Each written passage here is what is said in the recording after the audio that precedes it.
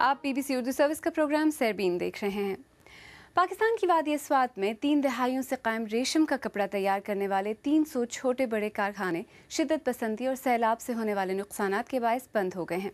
इन कारखानों से तकरीबन 15,000 ख़ानदानों का रोज़गार लगा हुआ था। स्वात में इस वक्त भी 90 के करीब कारखाने काम कर रहे हैं, ताहम कारोबारी सरगर्मियाँ न होने के बायस ये फैक्ट्रियाँ भी बंदिश के करीब हैं। स्वात से नामानिगार रिफतुल्लाह औरकज़ई की रिपोर्ट।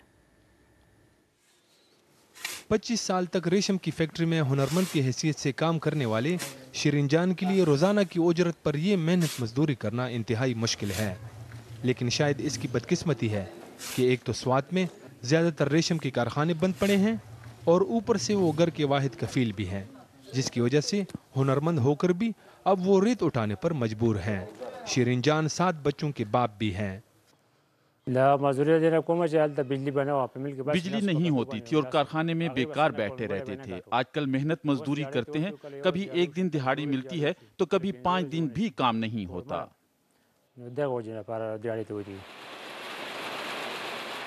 स्वात में 80 के दहाई के दौरान रेशम का कपड़ा तैयार करने के 400 के करीब छोटे बड़े यूनिट कायम थे।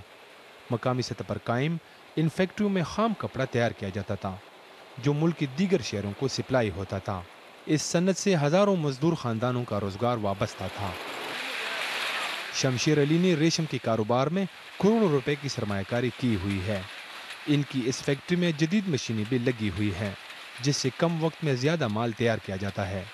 लेकिन तिजारती सरगर्मियां मांद पड़ने की वजह से इन मशीनों की आवाज़ें भी बंद हो रही हैं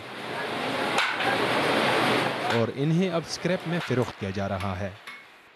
अभी तो हम बंद कर रहा है, अब ख़त्म कर रहा है, बंद नहीं ख़त्म कर रहा है अभी, क्योंकि मजदूर का मजदूरी बंद नहीं बनता है, बिजली नहीं है तो वो अभी मजदूर काम पे ले आते हैं, दिहाड़ी भी जाते हैं और यहाँ काम पे ले आता है, तो हम लोग क्या कर सकता है।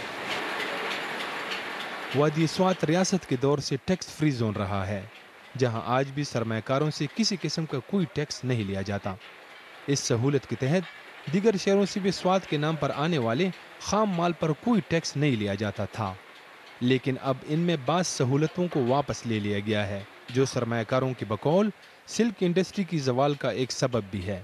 मसले ये है कि एक 93 में जब ये यहाँ पे अफगान ट्रांजिट ट्रेड में जो यहाँ पे रॉ मटेरियल आता था वो बंद हो गया, और जब वहाँ पे बंद हो गया तो यहाँ पे हम लाहौर, फैसलाबाद और कराची से हमें मंगाना पड़ा।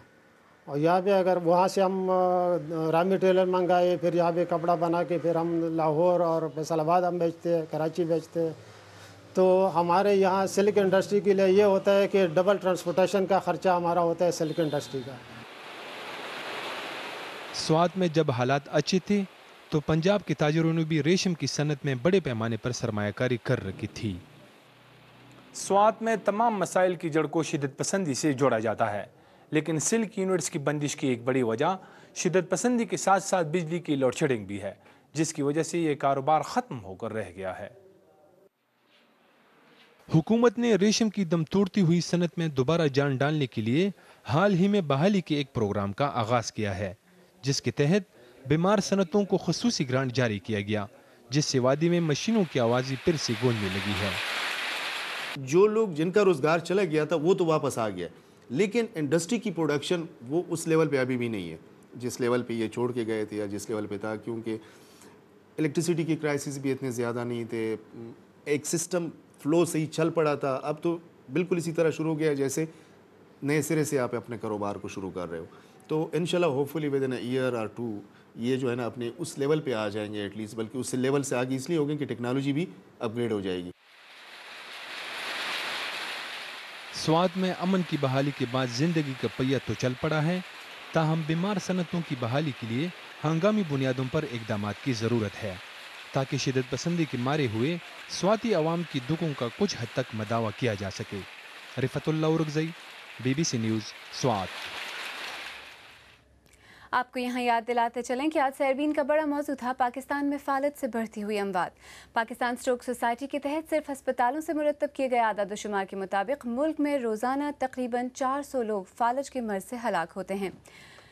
और अमेरिका की हुकूमत ने यूरोप में इंटेलिजेंस की निगरानी के प्रोग्राम का दिफा किया है, लेकिन कहा है कि शायद उसे अपना तरीक़ाकार बदलना होगा।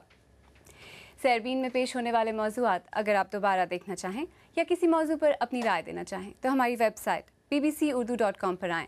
आप BBC उर्दू सर्विस के ट्विटर हैंडल @BBC उर्दू के ज़रिए अपने तासुरात हमें भेज भी सकते हैं, और अगर आप फेसबुक इस्तेमाल करते हैं तो तशरीफ़ लाइए facebook.com/BBC उर्दू पर। अब सरबीन इख्तिताम को पहुँचा, आलिया नाज की को इजाज़त दीजिए।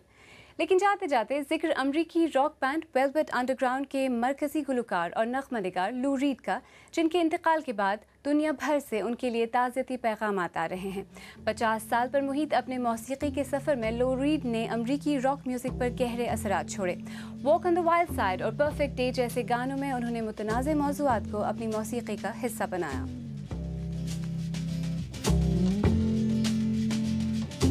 Holly came from Miami, FLA, hitchhiked away across USA, plucked her eyebrows on the way, shaved her legs, and then he was a she. She says, hey babe, take a walk on the wild side. Said, hey honey, take a walk on the wild side.